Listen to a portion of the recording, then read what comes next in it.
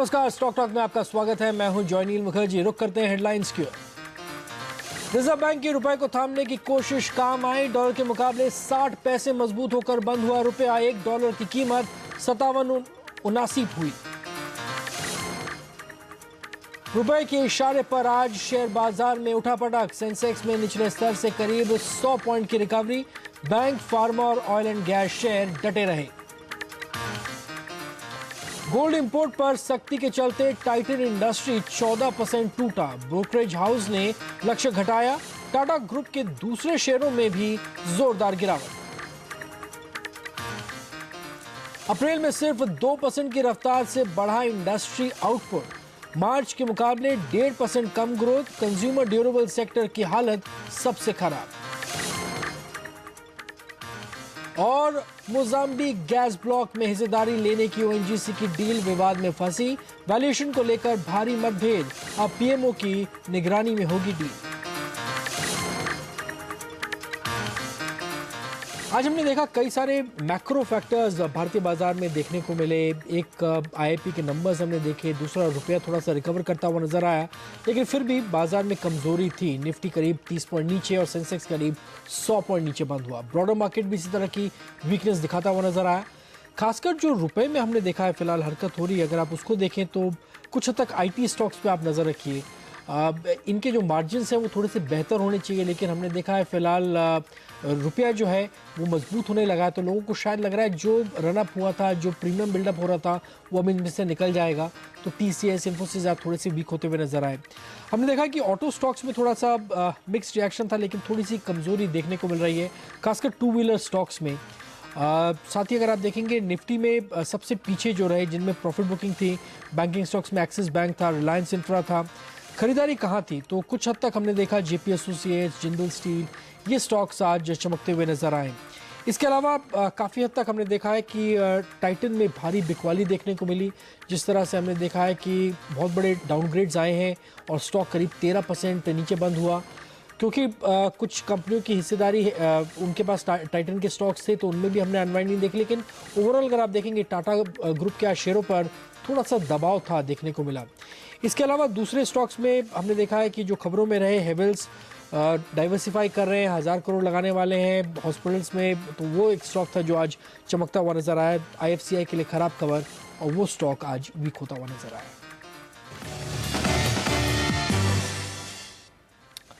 बाजार के आगे की चाल पर बात करने के लिए हमारे साथ हैं कैपिटल पोर्टफोलियो एडवाइजर्स के एमडी पारस एदनवाला। पारस, आपका स्वागत है।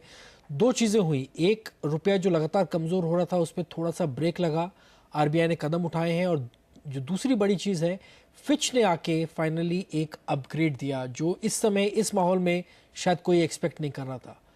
तो इन दोनों को देखते हुए क्या आपको सेंस मिल रहा है? बाजार की गिरावट रुक सकती है, उस पर एक ब्रेक लग सकता है?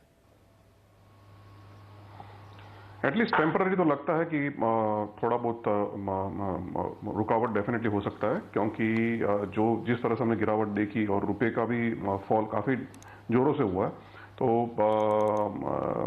मेरे ख्याल से जब भी इतना फास्ट डिक्लाइन होता है तो कुछ भी अनाउंसमेंट आती है तो रिकवरी इज ऑल्सो स्विफ्ट। तो माई सेंस इज कि कल जब भी मार्केट खुलेगी तो डेफिनेटली पॉजिटिव इम्प्लीकेशंस होगा रुपए की एप्रिसिएशन का और फिच के अपग्रेड का भी। साथ ही जिस तरह से हम बात कर रहे हैं कि बाजार और रुपए की चाल पर हमने देखा है कि कई सारे जानकार हैं, उनकी राय फिलहाल किस तरह से है, आइए देख लेते हैं। मेरे हिसाब से आईटी है जो कि अंडर परफॉर्म किया है काफी टाइम से, और उसको सब में बड़ा बेनिफिट है रुपी का। तो आई थिंक आईटी एक सेक्टर है जहां पे आप देख सकते हैं कि इन्वेस्ट किया जा सकता है। फार्मा दूसरा सेक्टर है। तीसरा आई थिंक कंजम्पशन, जो डिफेंसिव्स हैं बेसिकली वापस उन्हीं को प्ले करना चाहिए, क्योंकि डिफेंसिव्स नाउ मतलब डिफेंसिव्स वैसे भी अच्छे हैं, और क्योंकि पॉलिटिकल आउटलुक और ये साल का इलेक्शन का साल है, तो दोनों ही लिहाज से डिफेंसिव्स में इन्वेस्टमेंट बनता है। लास्ट ईयर 5% जीडीपी FY13 की लेते, ये साल प्रॉब्ली 50 बेसिस पॉइंट हायर हो सकती है, 5.5, 5.75। सो आई थिंक जब तक इन्वेस्टमेंट्स नहीं पिकअप होते हैं, because investments have taken a big beating, जब तक इन्वेस्टमेंट जोर से नहीं पिकअप होते हैं, वो कभी आएंगे जब भी कॉन्फिडेंस आएगा बाजार में, इकोनॉमी में कॉन्फिडेंस आएगा, और पॉलिटिकल स्थिति भी अभी इतनी अच्छी नहीं है। सो इसको election, I think until that the recovery will be gradual. But एक सही है कि यहाँ से एटलीस्ट इकोनॉमी बॉटम आउट हो गई है, यहाँ से ज़्यादा नीचे जाने की उम्मीद नहीं है। और साथ ही हमने देखा है कि रुपए की इस गिरावट को थामने के लिए आरबीआई ने काफ़ी कोशिश की है और उसकी मेहनत अब रंग लाई है। आज डॉलर के मुकाबले रुपए में मजबूती लौट गई और हमने देखा डॉलर के मुकाबले रुपया 60 पैसे मजबूत होकर 57.79 के लेवल पर बंद हुआ। कल के निचले स्तर से रुपए में ₹1.16 की रिकवरी आई है, लेकिन पिछले 2 दिन में डॉलर में रैली के चलते रुपया 3% से भी ज़्यादा टूट चुका है। ऐसे में ये देखना अहम होगा कि रुपए में ये मजबूती कब तक टिकती है। सरकार ने आज फिर रुपए की गिरावट को गैर जरूरी बताया। सरकार के मुताबिक दुनिया की सभी करेंसी डॉलर के मुकाबले कमजोर हुई है, रुपया भी इसीलिए गिरा है। बाजार को घबराने की जरूरत नहीं है, ऐसा उनका मानना है। Every emerging market country which has a current account deficit has seen a depreciation vis-a-vis the dollar. But you know, currency stability should not be looked at vis-a-vis one currency. I mean, if the dollar is rising against other currencies, you don't expect the rupee to necessarily remain stable. We've taken a number of steps, macroeconomic steps, fiscal deficit reduction steps, steps to improve domestic investment confidence and so on. I think as these steps begin to bite, and some of them are already biting, we should see more stable conditions. But you know, we're not targeting any given level of the rupee. Rupee depreciation is in my mind, if you look at the macroeconomic conditions, I don't think the kind of panic we see sometimes in the market is warranted. Currency speculators exist in every economy, but sometimes they take on a larger proportion than they ought to, and then we see the kind of aberration that we have seen in the last couple of days. But it is my belief that this is an aberration. This will correct itself, and the fluctuation that we are seeing at the moment, the steep decline that we are seeing at this moment, will correct itself. And my belief is it will correct itself in the near future. तो लोगों को लग रहा है फिलहाल जो रुपए में हमने इतनी भारी गिरावट देखी डॉलर के मुकाबले, इस पर ब्रेक लग सकता है और एक रिवर्सल हो सकता है। कोशिश कर रही है आरबीआई भी और उसका असर हमने देखा है। साथ ही बाजार में कई सारे स्टॉक्स आज फोकस में थे। टाइटन इंडस्ट्रीज सबसे ज़्यादा फोकस में था। टाटा ग्रुप के शेयर टाइटन में आज पूरी तरह हमने प्रेशर देखा। कुछ कंपनियों में तो हमने टाटा ग्रुप की लोअर सर्किट भी लगते हुए देखा है। ग्रुप में गिरावट की ये शुरुआत टाइटन से हुई जो बाद में टाटा स्टील तक पहुंच गई। टाटा ग्रुप में आज आई इस गिरावट को हमने देखा है कि काफ़ी ज़्यादा प्रेशर आ गया क्योंकि काफ़ी हद तक जो गोल्ड के नियम में हमने बदलाव देखे उसका असर पड़ता हुआ नजर आया। लेकिन जानते हैं पूरी डिटेल्स हमारे सहयोगी हेमंत घई से। हेमंत, टाटा ग्रुप में आए इस भूचाल से शेयर क्यों टूटे हैं और इसकी वजह क्या है? जी हाँ, दरअसल आपको याद होगा पिछले हफ्ते 4 जून को आरबीआई ने गाइडलाइंस जारी की थी जिसमें साफ किया था कि गोल्ड इंपोर्ट करने के लिए जो नियम है वो काफ़ी सख्त कर दिए गए हैं। 100% मार्जिन देना होगा इन कंपनियों को गोल्ड इंपोर्ट करने के लिए। इसके अलावा क्रेडिटर्स जो हैं इनके वहाँ से कोई इनको क्रेडिट मिलता हुआ नहीं नज़र आएगा। आपको बता दूं कि टाइटन जैसी कंपनियों के लिए दरअसल बैंक्स गोल्ड इंपोर्ट करते हैं और बैंक्स इनको करीब 3.5% की दर पर इनसे ये गोल्ड इनको दे देते हैं।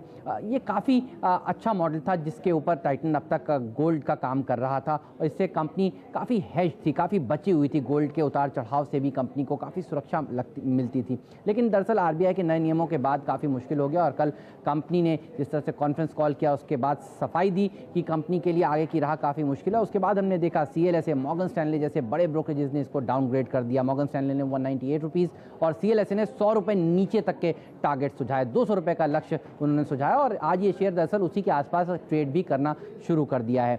दरअसल सबसे बड़ी चिंता है कि वर्किंग कैपिटल कंपनी के लिए अब काफ़ी मुश्किल हो जाएगी और CLSA ने तो अपनी रिपोर्ट में ये तक कह दिया कि अगले 4 साल में कंपनी दरअसल डेट में आ जाएगी। इन सब चिंताओं के चलते आज हमने देखा टाइटन में एक जोरदार गिरावट के साथ शुरुआत हुई। गैप डाउन ओपनिंग हुई। कल की गिरावट के बाद 2 दिन में करीब 25% तक ये शेयर कमज़ोर हो गया। लेकिन देखिए ऐसी कंपनियां और भी हैं जिनके पास टाइटन के शेयर थे। मिसाल के तौर पर टाटा ग्लोबल, इन्हीं की ग्रुप कंपनी, इसके पास करीब 20% हिस्सेदारी थी टाइटन की और इस स्टॉक में भी एक नीजक रिएक्शन नीचे की ओर देखने को मिला। लेकिन टाटा ग्लोबल दरअसल टाटा कॉफ़ी में हिस्सेदारी ओन करती है, तो इस वजह से हमने देखा टाटा कॉफ़ी के स्टॉक में भी एक काफ़ी नीचे तक की गिरावट देखने को मिली। 20% तक के लोअर सर्किट स्टॉक में आज के सत्र में लगते हुए नजर आए। पूरा सेंटीमेंट दरअसल खराब हो गया टाटा ग्रुप कंपनियों के लिए और इसीलिए हमने देखा आज टाटा टेली सर्विसेज के स्टॉक्स में भी अच्छी खासी गिरावट दर्ज हुई। हमारे साथ पारस इसमें मौजूद हैं। पारस, टाइटन में हमने बहुत ज़्यादा प्रेशर देखा है, कई सारे डाउनग्रेड्स आ गए हैं। अब इसमें क्या करना चाहिए? जो दूसरी टाटा की कंपनियां हैं वीक हो रही हैं, उनमें क्या रणनीति रखी जाए? टाइटन में हमारे हिसाब से जो भी अभी नए सोने के लिए नियम आए हैं तो उससे करीब 10 से 12% का इम्पैक्ट आ सकता है FY14 में और करीब 10% के आसपास FY15 में आ सकता है। उससे ज़्यादा तो मुझे ज़्यादा इम्पैक्ट लगता नहीं है। ये मेरे ख्याल से जो भी गिरावट आई है it is more sentimental rather than actual. Definitely जो भी इम्प्लीकेशंस है they are not very positive. और जब तक करंट अकाउंट डेफिसिट हाई रहेगा तब तक गोल्ड पे गवर्नमेंट का फोकस भी काफ़ी रहेगा। तो ये जायज़ है कि टाइटन के लिए अच्छा नहीं है। तो बट हैविंग सेड दैट मेरे ख्याल से ये जितने भी नेगेटिव्स थे टाइटन में ज़्यादातर फैक्टर इन हो चुके हैं और यहाँ से और 5 या 7% से ज़्यादा मुझे गिरावट नहीं लगती है। ओके, इसके साथ साथ जो दूसरे स्टॉक्स आज फोकस में रहे उसमें हमने देखा है कि कुछ हद तक IT स्टॉक्स थे जहां पर थोड़ा सा बेनिफिट मिल रहा था रुपए का, लेकिन अब जब वापस RBI ने कदम उठाया, रुपया वापस थोड़ा सा संभलने लगा है, इनमें अब अनवाइंडिंग शुरू हो गई, तो इनमें क्या करना चाहिए? IT में मेरे ख्याल से ऑन अ करेक्शन तो डेफिनेटली लेना चाहिए। TCS अगर नीचे आ गया या फिर HCL टेक नीचे आ गया तो अच्छे वैल्यूएशंस पे डेफिनेटली खरीदना चाहिए। US में रिकवरी हो रही है तो उस हिसाब से वॉल्यूम इम्प्रूवमेंट डेफिनेटली आएगा। मिड कैप्स में भी जो भी अच्छी कंपनियां है CMC है या फिर माइंडट्री है, ये सारी कंपनियां वैल्यूएशन पे अच्छे लग रहे तो वहां पर भी खरीदारी करनी चाहिए। तो वैल्यूएशन को फोकस करके मेरे ख्याल से definitely IT looks interesting for the long term. लेकिन एक शेयर है MMTC का जिस पर सबकी नज़रें होंगी और उसका ऑफर सेल का फ्लोर प्राइस आ गया है और वो है फिलहाल 60 रुपये प्रति शेयर। तो 71% डिस्काउंट पे क्या करना चाहिए, क्या होगी आपकी रणनीति? इस ब्रेक के बाद बने रहिए।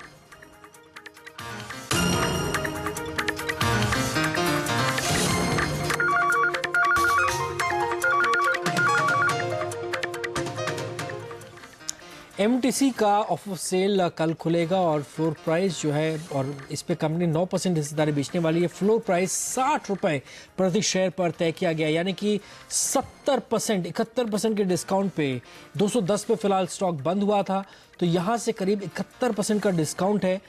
क्या किया जाए? फिलहाल बहुत ही अट्रैक्टिव लग रहा है, आपकी क्या सलाह होगी? इसमें मेरा मिक्स्ड फीलिंग्स है जॉइनिल। एक तो गवर्नमेंट इतने सस्ते दाम पे क्यों दे रही है, और मेरे ख्याल से इसका एक ही जवाब हो सकता है कि उनको डिसइन्वेस्टमेंट को सक्सेसफुल बनाना है। और वैल्यूएशन वाइज देखिए और क्वालिटी वाइज देखिए, मेरे ख्याल से MMTC तो काफ़ी स्ट्रॉन्ग कंपनी है, तो इतने अच्छे डिस्काउंट पे मेरे ख्याल से इन्वेस्टर्स के लिए तो इन्वेस्टमेंट व्यू डेफिनेटली पॉजिटिव होना चाहिए। तो मेरी राय तो होगी कि इतने सस्ते में मिल रहा है तो just go ahead and invest. चलिए, निवेश करने की सलाह है, लेकिन कल इस स्टॉक में क्या रिएक्शन हो सकता है इस वजह से? अभी पास्ट में हमने देखा हुआ है कि जब भी गवर्नमेंट का अनाउंसमेंट आता है कि डिस्काउंट में शेयर बेच रहे तो शेयर में इमीडिएटली गिरावट आती है। तो जो पास्ट का अगर इंसिडेंट हम लोग देखें तो उस हिसाब से कल भी मेरे ख्याल से गिरावट आएगी, पर 71% गिरावट आएगी तो मेरे को नहीं लगता है। I think there should be some fall, but as far as the investment in the IPO is concern पक्का निवेश करना चाहिए। कितना गिरावट आप एक्सपेक्ट कर रहे हैं कल इसमें? वो देखना होगा क्योंकि इसमें लिक्विडिटी भी बहुत कम है, तो कहना मुश्किल है कल कितना होगा, पर अच्छी गिरावट आ सकती है। मेरे ख्याल से 10% की ज़्यादा ही आ सकती है। चलिए, अब जान लेते हैं कौन से स्टॉक्स पारस को पसंद है। पारस, आपने हिकल को चुना है, किस तरह का टारगेट आप दे रहे हैं यहाँ पर? अभी 400 रुपये की कीमत है। मेरे ख्याल से करीब 1 से 1.5 साल में कम से कम 50% का एप्रिसिएशन हो सकता है, क्योंकि कम्प्लीटली टर्न अराउंड स्टोरी है। और ये जो कंपनी है वो केमिकल्स प्रोसेसिंग कंपनी है और ज़्यादातर ग्लोबल फार्मास्यूटिकल्स और क्रॉप प्रोटेक्शन कंपनीज को सप्लाई करती है, जैसे कि ये सिंजेंटा, फाइजर, एपोटेक्स, ये सारी कंपनीज को सप्लाई करती है। और मॉलिक्यूल्स में भी देखेंगे तो उनका जो एक मॉलिक्यूल है gabapentin, which is a pharmaceutical molecule, उसमें it is the largest manufacturer in the world और उनका मार्केट शेयर कम से कम 45% है। तो लास्ट ईयर उनको सम ऑफ द मॉलिक्यूल्स में थोड़ा स्लो डाउन था, तो उसके नजरिए उसके बलबूते पर थोड़ा सेल्स में थोड़ा प्रॉब्लम हो गया था, पर और फॉरेन एक्सचेंज लॉसेस भी काफ़ी सारे थी। तो ये सारा जो प्रॉब्लम था अभी it is behind the company. और FY14 में आप कम से कम प्रॉफिट उनका मोर देन डबल हो जाएगा और टॉप लाइन भी अच्छी ग्रोथ आएगी। और ये वैल्यूएशंस आप देखेंगे तो it is at a 50 to 60% discount to Divi's laboratories, जो मेरे ख्याल से मुनासिब नहीं है। तो इसमें 50% एप्रिसिएशन से भी मेरे ख्याल से हम 13 का पी दे रहे हैं as compare to 18-19 times for Divi's laboratories. तो stock is going very cheap और इतना एप्रिसिएशन तो होना ही चाहिए। रैलिस इंडिया आपका दूसरा शेयर, यहाँ पर किस तरह का टारगेट एक्सपेक्ट किया जाए? रैलीज में कम से कम 30% की वृद्धि देखता हूं मैं एक साल में। यहाँ पर भी हम देखेंगे तो लास्ट ईयर में काफ़ी इन्वेंट्री पाइलअप हो गई थी सिस्टम में और मॉनसून हैड ऑल्सो फेल्ड, तो उसलिए ज़्यादातर एग्रोकेमिकल कंपनीज में सेल्स में प्रॉब्लम हो गया था और प्रॉफिट्स में भी डेफिनेटली प्रॉब्लम हो गया था। तो ये साल अगर एग्रोकेमिकल्स मॉनसून अच्छा रहा तो जैसे कि हमारे मेटेरोलॉजिकल डिपार्टमेंट बताते हैं, तो रैलीज में भी अच्छा वॉल्यूम ग्रोथ होगा और उनकी जो प्रोडक्ट पोर्टफोलियो है वो भी काफ़ी वास्ट है। It's among the best in the industry. Balance sheet काफ़ी अच्छी है, टाटा ग्रुप मैनेजमेंट है, जीरो डेट कंपनी है, तो यहाँ से वैल्यूएशन को मद्देनजर रखते हुए मेरे ख्याल से काफ़ी अच्छी वृद्धि हो सकती है लॉन्ग टर्म इन्वेस्टर्स के लिए। चलिए हम लेते हैं फिलहाल एक ब्रेक, आ गया आपके सवालों के जवाब।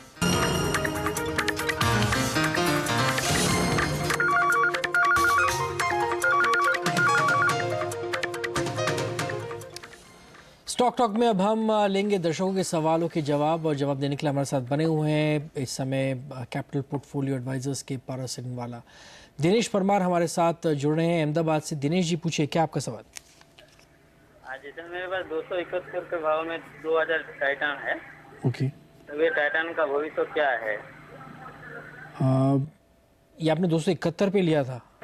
हाँ, और जिंदल स्टील एंड पावर के 1000 शेयर है 285 का भाव। 271 पे लिया हुआ है। जैसे हम बात कर रहे थे टाइटन में, अचानक हमने बहुत ज़्यादा गिरावट देख ली है, क्या इनको एक बार निकल जाना चाहिए लॉस लेके, क्योंकि स्टॉक शायद और वीकनेस दिखा सकता है आगे जाते हुए? मेरे ख्याल से जैसे मैंने पहले बताया कि 185 से नीचे मुझे डाउनसाइड नहीं लगती, ज़्यादा से ज़्यादा 185। स्टॉक में जितनी गिरावट आनी थी, बल्क ऑफ द गिरावट ऑलरेडी आ चुकी है, तो यहाँ से तो मेरे ख्याल से बेचना अच्छा नहीं होगा। डेफिनेटली कंपनीज में प्रॉब्लम है in the short term, but in the long term the quality of management इतनी अच्छी है कि डेफिनेटली कोई सोल्यूशन निकालेंगे। तो FY14 के लिए थोड़े एस्टिमेट्स में प्रॉब्लम है, but FY15 onwards growth trajectory मेरे ख्याल से वापस अच्छी हो जाएगी। तो ये भाव से मेरा सजेशन नहीं होगा कि बेचना चाहिए, होल्ड करना चाहिए।